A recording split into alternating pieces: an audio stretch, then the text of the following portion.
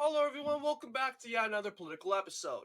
We are talking about New Jersey. We are almost done talking about the presidential primaries. We just have New Jersey, we have New Mexico, and then finally, the last one, South Dakota.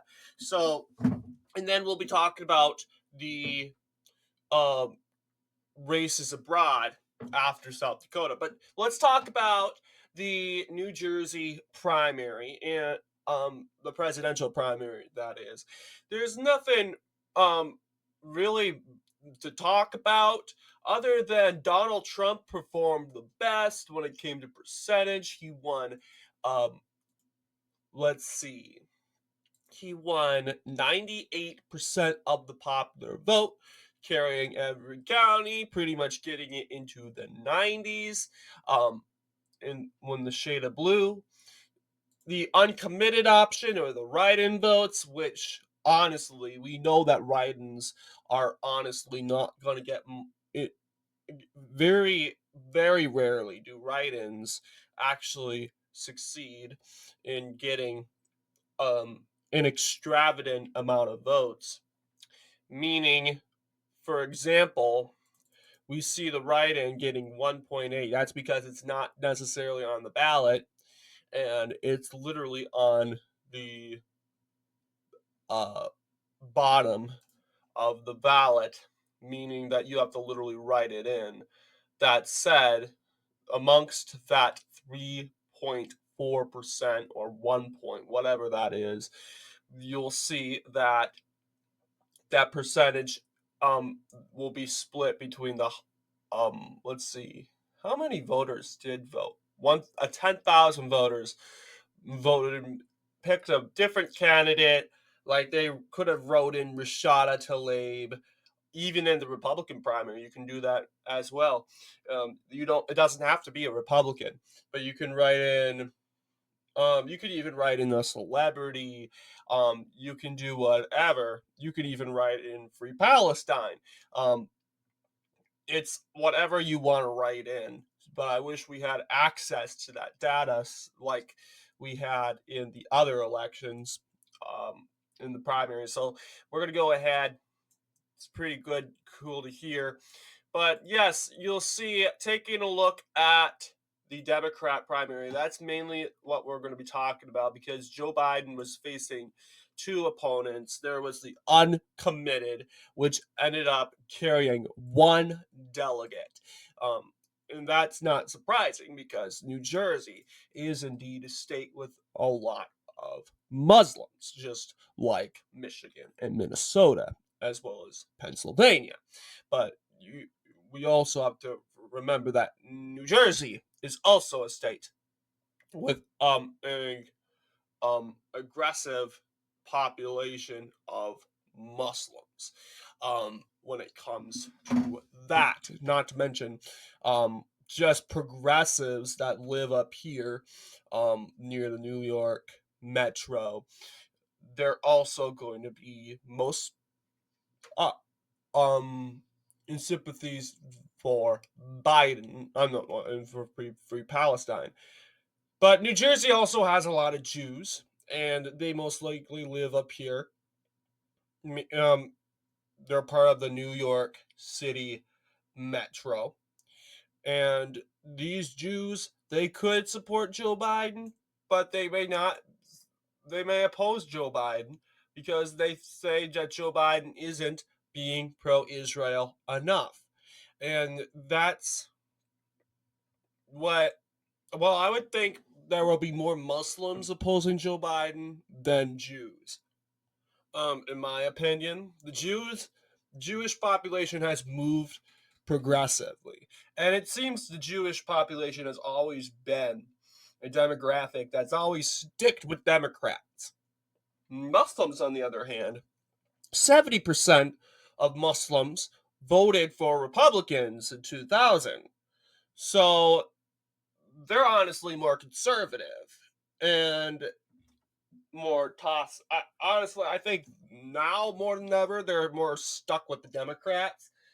But when it comes to like 70%, I think 70% honestly of Muslims are going to not vote in this election.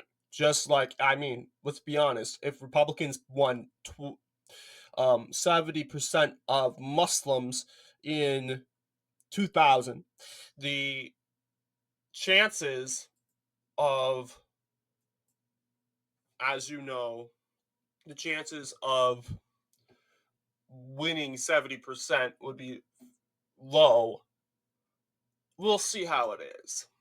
But yes, 8.8%, 42,482 votes, one delegate going for Joe Biden. Then there's this Teresa Bukovinak, and she's actually a pro-life activist. She is a leader for Democrats for Life.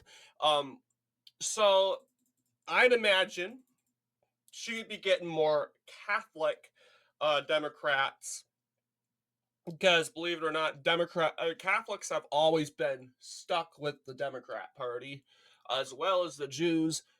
Sure, the only two elections where Catholics seemed to branch out of the Republican Party was in the 1972 presidential election and the 1984 presidential election. It takes a red wave, but Catholics tend to be more Democrat. It boggles my mind, but um, I guess it's the truth because Catholics of all were originally immigrants, and they were Irish and German. If you were an Irish and German Catholic, you were most likely a Democrat. And back in the year 1800, the 19th century, 90% of Catholics were Democrats. And so I think it's an ancestral thing. I think it's a family thing, that you vote Democrat. It's but what your family has been doing since its existence. But more and more, we're seeing Republicans gaining Catholics. We know, I think Trump has gained the most Catholics than any other um, Republican in presidential election history. So we're going to take a look. You'll see Biden's best performance is going to be in Ocean County, the most Republican county in the state. And it is pretty popular. It's popular. It's populous. And you'll see with Ocean County being known for its theme parks and its huge attractions off the coasts, um, we see 97% of the vote go for Joe Biden. Teresa Bukovinak winning 540. And you would think Teresa, I mean, she did pretty well. I don't know if she's Catholic. I'm mainly saying Catholic because Catholics tend to be, um, abortion tends to be a huge social justice thing for Catholics. Uh, it's basically the evolution when it comes to their faith.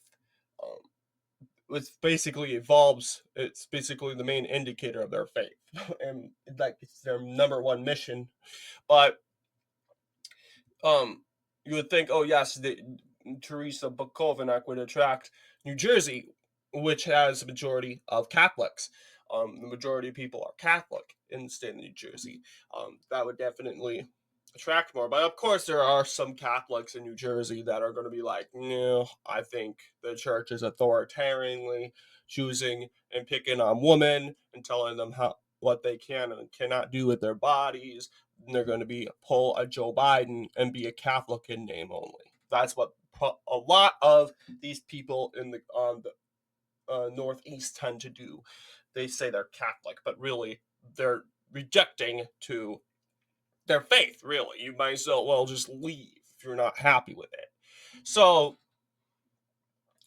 um, yes, Teresa Bukovinak, 2.8%, 13,432. No delegates though. I'm happy Uncommitted got a delegate. One delegate. Yeah, Joe Biden is losing delegates to an unlegitimate player in the game. It's just embarrassing. And never before has this ever happened to a presidential election candidate. So it's going to be kind of interesting. So, yeah, 88.4%, one delegate, 90% in. Yes, Trump did pretty well, 98.2%. And you'd be like, why is New Jersey such a Trump state? Well, it's because of the Italians, right? It's because of the Italians living off on the coasts. Because part of the reason why New Jersey supposedly could be Catholic is because of the Italian immigrants. Because New Jersey is a state with a whole bunch of Italians being influenced by New York City. And of course, there are Italians everywhere. It basically influences the state overall. So, interestingly enough, I don't know why the Italians would vote for a Republican. I think they're attracted to Trump. They definitely are attracted to Trump. There's no denying it. But that could be an indicator why.